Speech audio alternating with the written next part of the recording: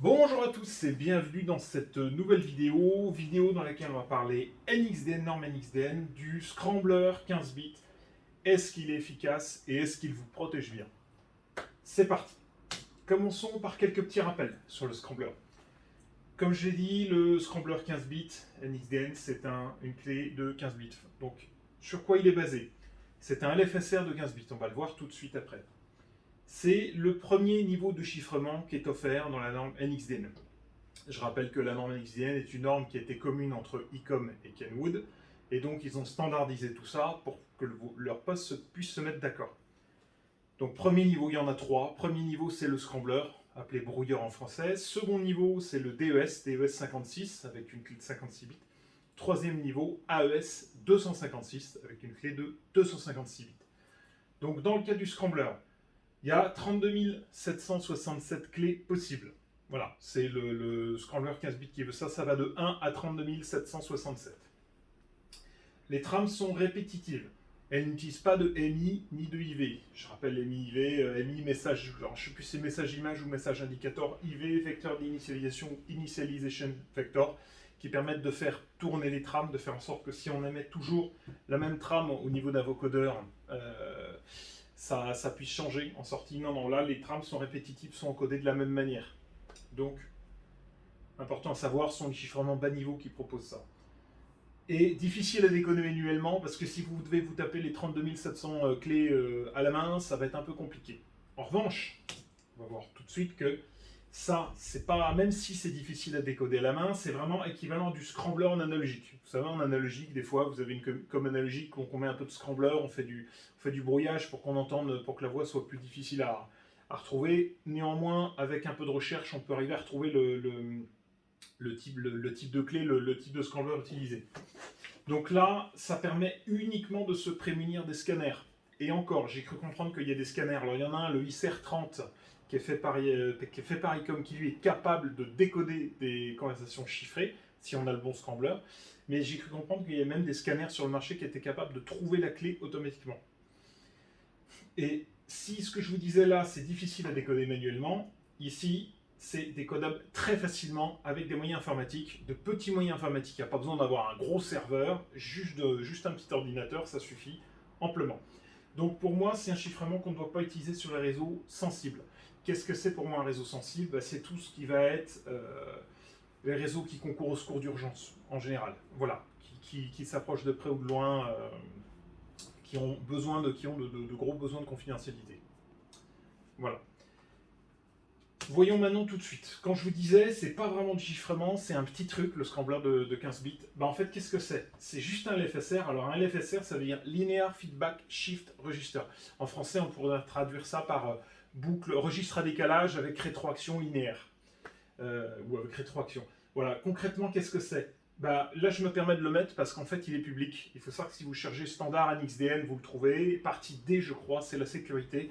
Et vous trouvez comment est fait la partie scrambling, la partie scrambler de cette norme NXDN.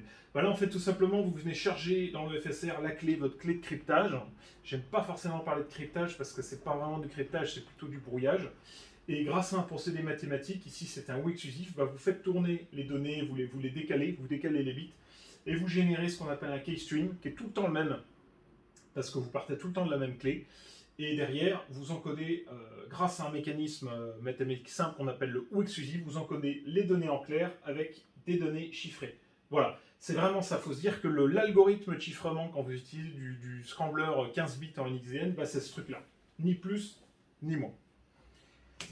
On va se dire, bon, j'en ai un petit peu parlé, quelle est la fiabilité de ce truc? Moi, voilà, j'ai besoin de me prémunir des écoutes, je l'utilise dans des postes comme ça.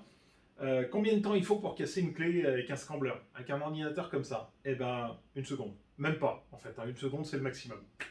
Bon, génial, vous me dites, c'est cool. Moi, j'ai un réseau un petit peu sensible. J'ai un problème. Tout ce qu'on me propose dans mes postes, c'est uniquement du scrambling. Je m'explique. Vous avez deux catégories de postes. Les anciennes générations, comme ça. Par exemple, ça, c'est un 60-62D et ça, c'est un 41-61DT. Ceci ne propose que du NXDN que du scrambling, que du scrambler. En revanche, les nouveaux postes ici, ceci, donc là c'est un F6400 D ou DT, je ne sais plus. Celui-là propose le scrambler et également sous licence DES AES. Donc ceux qui utilisent ces postes-là, vous n'avez pas d'autre choix que d'utiliser du scrambler 15 bits. Malheureusement, c'est le firmware qui veut ça, il n'accepte pas autre chose. Ceux qui utilisent des postes comme ceci, les derniers, là vous pouvez mettre des chiffrements plus évolués ou plusieurs scramblers. On va le voir. Donc vous allez me dire, bon, moi j'aimerais bien, maintenant, j'ai pas envie de payer une licence AES ou DES ou la UT134 qu'on met là-dedans. Est-ce que je peux faire en sorte d'améliorer quand même le chiffrement, même si je sais que c'est pas un très bon chiffrement, mais est-ce que je peux pousser un petit peu plus le chiffrement, faire en sorte qu'un attaquant ait du mal à me décoder? Oui, tiens, je vais juste pousser ça. Oui, donc peut-on améliorer la sécurité du réseau en restant sur le chiffrement, pas vraiment du chiffrement, de type Scrambler 15 bits? Oui. Voici ce que je vous propose de faire, c'est utiliser donc deux choses, utiliser plusieurs clés. Quand c'est possible, CAI version 1.3, je vous renvoie vers la vidéo où je fais les comparatifs des chiffrements NXDN entre le CAI 1.2 et le CAI 1.3. Ça, par exemple, c'est les anciennes normes CAI version 1.3. Vous ne pouvez mettre qu'un seul scrambler sur un canal. Le poste n'est pas capable de décoder plusieurs scramblers sur un même canal. Voilà. Donc là, vous êtes en CAI version 1.2, vous êtes niqué en grosso modo. Et si vous le faites là-dessus, sur ce genre de poste, les dernières générations Ecom, là, vous pouvez mettre plusieurs scramblers sur un seul et même canal, pour la bonne et simple raison que chaque scrambler va avoir un identifiant qui lui est propre. Et que le poste, s'il est programmé avec le bon scrambler, va savoir décoder.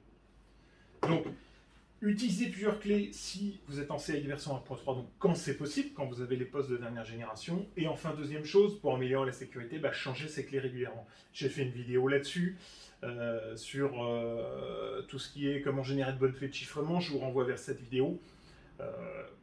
À vous d'adopter la stratégie qui vous convient le mieux et qui convient le mieux à la sécurité de votre réseau et au niveau de sécurité requis. Maintenant, je vous propose, voilà, je vous ai dit là, ici, qu'on pouvait casser un scrambler en une seconde. Vous allez dire, bah ouais, super, je veux une démo. Bah ça tombe bien, on va faire une démo.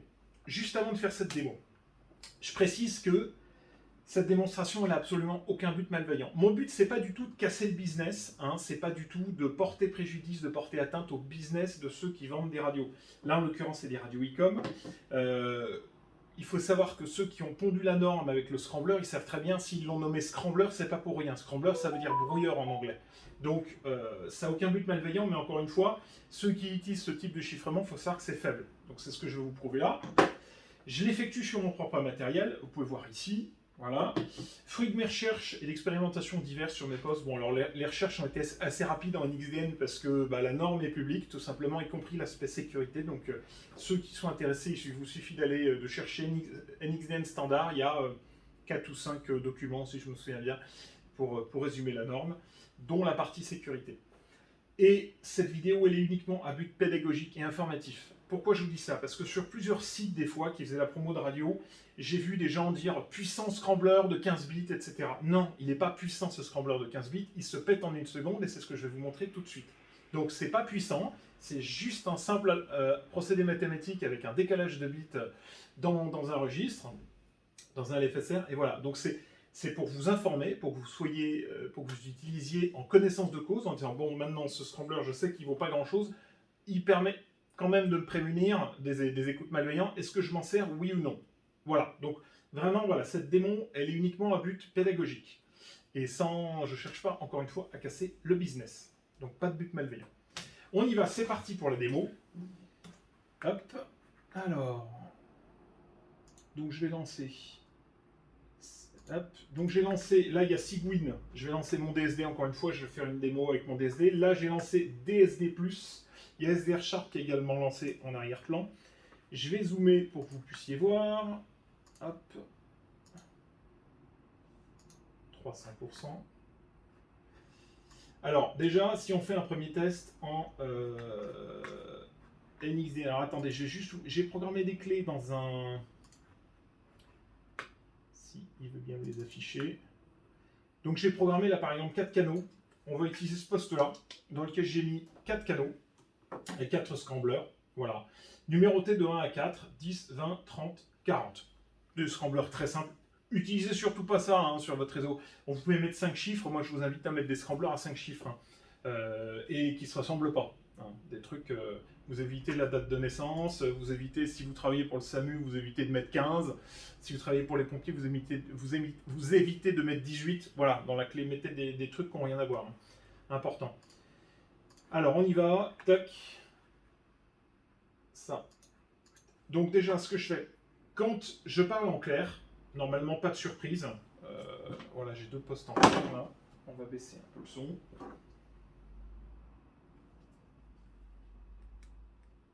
Test. Donc là, je parle en clair. Donc normalement, bon, j'ai aucune difficulté à décoder entre les 2 postes. Et normalement, DSD, alors il y a DSD+, lui il sait le faire très bien, il décode sans difficulté. Test. Test DSD+. Voilà, décodage sans difficulté. Jusque-là, normalement, je ne vous apprends rien. Maintenant, si on passe en chiffré, si on passe sur du scrambler, DSD+, il va se taire. Vous allez entendre ceci. Top, test, 1, 2, 3, 1, 2, 3. Donc là, on voit Encrypted Group Call, TG1, Save ID, c'est le numéro 2, parce que c'est le nom du poste. Algorithme de type SC pour scrambling, KID 1. Voilà. Donc là, on voit que j'ai mis pendant 14 secondes, il ne se passe rien, forcément, il se tait, il ne sait pas décoder. Si vous lancez DSD, alors là, c'est ma version en moi qui est privée. La version, il existe une version que vous trouverez sur le net qui est open source, qui ne supporte pas la crypto. La version que je vais vous montrer là, c'est une version que vous trouverez nulle part, que j'ai implémentée moi-même, qui décode un certain nombre de chiffrements du marché. Si vous lancez la partie, vous le lancez en mode NXDN, et que vous essayez de décoder du chiffré, hop, tiens, je vais juste, celle-ci, on va la planquer ici, comme ça. Vous allez entendre ça. Un truc complètement incompréhensible.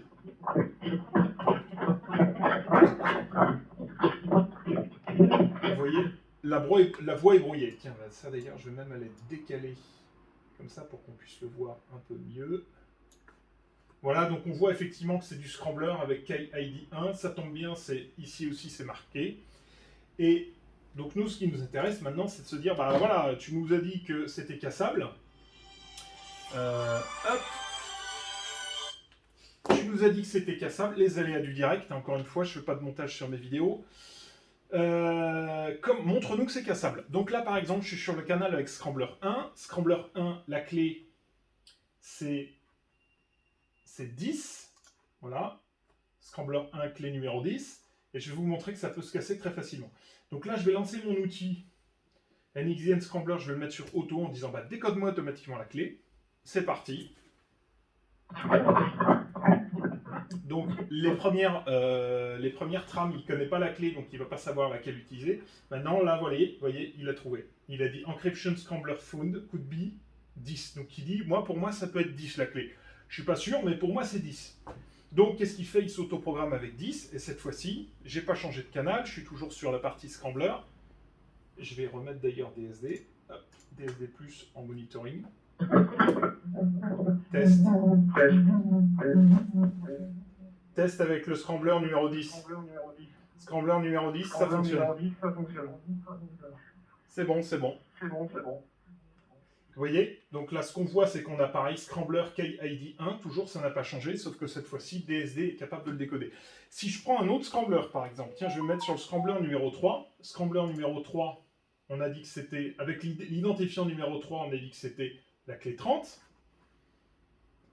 Hop. Vous voyez, KID 3. Là, on entend DSD, il n'a pas encore la bonne clé. On lâche.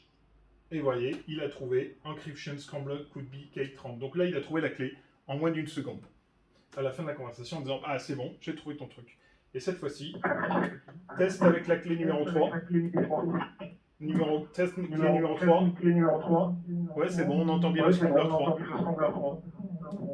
Vous voyez? Et alors, je vous disais, vous pouvez utiliser plusieurs clés. C'est valable sur ces postes-là. Je vais vous montrer qu'en fait, 2 postes peuvent communiquer en étant sur des canaux différents et avec des clés différentes. Ils vont pouvoir se parler et se répondre. Par exemple, là, je vais le mettre sur le Scrambler numéro 2 et là, je vais le mettre sur le Scrambler numéro 4. Je vais relancer DSD cette fois-ci, je vais lui spécifier les clés. Hop, voilà. Donc là, je dis qu'ils veulent m'utiliser 4 scramblers numérotés de 1 à 4. 1, 2, 3, 4. Le premier, c'est 10, le second, c'est 20, le troisième, c'est 30, et le quatrième, c'est 40. Voilà. Donc là, je suis sur le scrambler 2. Donc quand cette radio va parler, elle va pouvoir parler à l'autre. Hop, d'abord, je vais baisser DSD. Elle va pouvoir parler alors que l'autre attend le scrambler 4. Pourquoi? Parce qu'elles sont capables de décoder les clés qui sont dans la liste. Donc on y va. Test. Cette fois-ci, là, je parle scrambler numéro 2 à une radio qui utilise le scrambler numéro 4. C'est bon. Et donc, vous voyez que la radio arrive à lui répondre. Donc, on voit bien, là, ici, KID numéro 2, c'est ce qui est utilisé par cette radio. Et si on veut... Hop. Et si on veut lui répondre, en utilisant le scrambler numéro 4, bah, c'est possible. Et la radio, ici, va savoir le décoder. Test. Donc, cette fois-ci, j'utilise le scrambler numéro 4. On le voit ici. KID numéro 4. Ah, j'ai oublié de remettre DSD+. Voilà. KID numéro 4. Et les deux postes peuvent marcher, peuvent s'entendre. Là, je reparle. Là, je reparle avec le scrambler numéro 2. Et ça marche. Et en fait, DSD va également être capable de décoder la clé. C'est ce que je vais vous montrer tout de suite. Donc là, on va baisser le son des postes. Ici 1, ici 2. Test. Donc test, cette fois-ci, je suis sur le scrambler numéro 2. Ouais, c'est un peu d'écho. Il y a un petit peu d'écho. Donc là, je bouge pas. Là, j'ai pas changé le canal. Normalement, je suis sur le scrambler 4. Test, cette fois-ci, je décode le scrambler 4. Scrambler 4, c'est bon, ça passe. Si je change de canal, par exemple, je vais sur le scrambler 3. Test, cette fois-ci, on voit le scrambler numéro 3. Ici. Et là, tiens, il y en a qu'on n'a pas fait, le scrambler numéro 1, par exemple. Scrambler numéro 1. Test, cette fois-ci, avec le scrambler numéro 1. Clé numéro 10. C'est bon, c'est décodable. Vous voyez, tout ça pour vous dire qu'en fait, premièrement, le scrambler 15 bits, bah, il n'est pas si efficace que ça, enfin il n'est pas si sécure que ça, vous pouvez le décoder, ça peut être décodé très facilement, mais il existe quand même un moyen de se prémunir, si votre réseau est un petit peu sensible et que vous n'avez pas le choix, par contre ça marche qu'avec des postes comme ça, de dernière génération, vous pouvez mettre plusieurs scramblers. Vous pouvez très bien définir un groupe d'utilisateurs. Si vous avez par exemple des bases fixes qui émettent sur un scrambler une clé, des mobiles, des véhicules avec des mobiles embarqués qui ont une deuxième clé, des agents pédestres qui ont une troisième clé, et puis je sais pas moi, un quatrième groupe de personnes, n'importe qui, les chefs, qui ont une quatrième clé.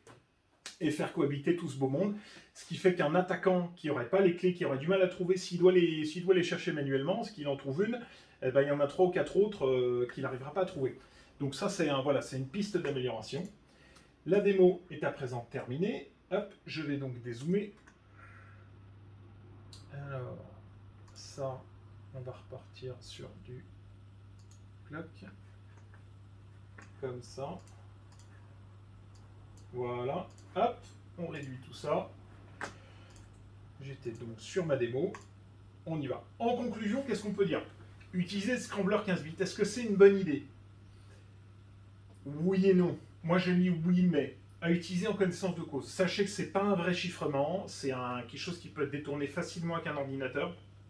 Alors, je précise que la démo que je vous fais, moi, je le fais sur mon outil à moi. Je suis capable de monitorer ce genre de réseau, mais c'est mon outil personnel qui est privé, que je ne diffuse pas, que je ne vends pas non plus. Je tiens à le préciser. Donc, si vous utilisez ce chiffrement, c'est pas un très bon niveau de chiffrement, donc à utiliser en connaissance de cause, et surtout si vous n'avez pas le choix. Exemple là-dessus, vous n'avez pas le choix, vous êtes obligé d'utiliser le scrambler. Sur ce genre de radio, là les deux, scrambler obligatoire, il n'y a pas de... Les firmware à ma connaissance ne proposent pas autre chose, ne proposent pas des chiffrements évolués, type DES ou AES. Si vous avez la possibilité que vous avez... si vous avez la possibilité que vous avez le budget, bah, dans ces cas-là, moi je vous invite à passer sur des chiffrements un peu plus haut niveau, avec du DES 56 par exemple, qui nécessite pas forcément, à ma connaissance, ça ne nécessite pas forcément l'achat d'une licence AES, par contre ça nécessite l'achat d'une carte additionnelle dans le poste. Voilà, donc ça c'était ma conclusion. Ce n'est qu'un avis personnel, hein, je précise encore une fois, c'est pour vous donner des pistes pour que vous puissiez choisir en connaissance de cause votre chiffrement, celui qui correspond le mieux au réseau que vous souhaitez sécuriser. Le petit mot de la fin, merci à tous d'avoir suivi cette vidéo, j'espère qu'elle vous a plu. Et je termine, petit coup de pub, petite page, comme à la fin de chacune de mes vidéos. Pour ceux qui ne me connaissent pas, je m'appelle Louis-Éric Hervé. Dans la vie, je suis ingénieur indépendant en électronique. J'ai monté ma société qui s'appelle Ingensup. Tiens, je ne l'ai pas mis. Je suis également passionné de radio, passionné de cryptographie, radioamateur à mes heures perdues, F4HUZ pour les intimes. Si certains sont intéressés pour avoir du conseil, de la prestation, de l'expertise en sécurité sur leur réseau radio, que ce soit du NXDN, du DPMR, du DMR, qui n'hésitent pas à venir me voir. Notez simplement que sur ce genre de prestations, je serai très sélectif sur qui m'aborde, pour quelles raisons. Je ne réponds qu'aux professionnels. Le premier abord se fait uniquement par LinkedIn. Ça ne sert à rien de m'envoyer un message directement via mon formulaire de contact ou en m'appelant directement sur mon téléphone, je ne décrocherai pas. Donc vraiment, premier abord par LinkedIn uniquement. Et encore une fois, je serai sélectif, je n'accepterai pas tout le monde. Si certains sont intéressés par mon outil DSD que je viens de vous présenter, je regrette, je ne le vends pas. Je ne veux pas causer du tort aux fabricants de radio, donc je ne le vends pas, je ne le distribue pas non plus. Vous le trouverez nulle part. Vous trouverez une version open source qui ne supporte pas la crypto. Vous allez voir sur GitHub ou sur mon site internet pour le télécharger. Moi, la seule chose que je suis en mesure de vous proposer, si vous êtes vraiment intéressé par de la prestation, c'est de vous offrir, pardon, pas de vous offrir, mais de vous proposer de la prestation en électronique ou en développement logiciel embarqué. C'est mon cœur de métier, enfin, voilà, ingénieur en électronique. Développement logiciel embarqué également, c'est mon cœur de métier. Voilà, c'est la seule chose que je serai en mesure de vous proposer. Par contre, notez bien que sur ce genre de prestations, on ne sera pas du tout dans les prix du marché, on sera sur des prix beaucoup plus hauts, beaucoup plus élevés. Donc, prévoyez le budget en conséquence. Je préfère prévenir. C'est aussi pour ça que je serai sélectif là-dessus. Donc, je vous remercie à tous d'avoir suivi cette vidéo jusqu'au bout. J'espère qu'elle vous a plu. Page pub terminée. Restez bien connectés parce qu'on va parler après, on va continuer les chiffrements de ce genre de poste et je vais vous présenter le déchiffrement de tout ce qui est DES 56 bits et après de l'AES 256 bits. Restez bien connectés et je vous dis à très vite dans les prochaines vidéos. Ciao!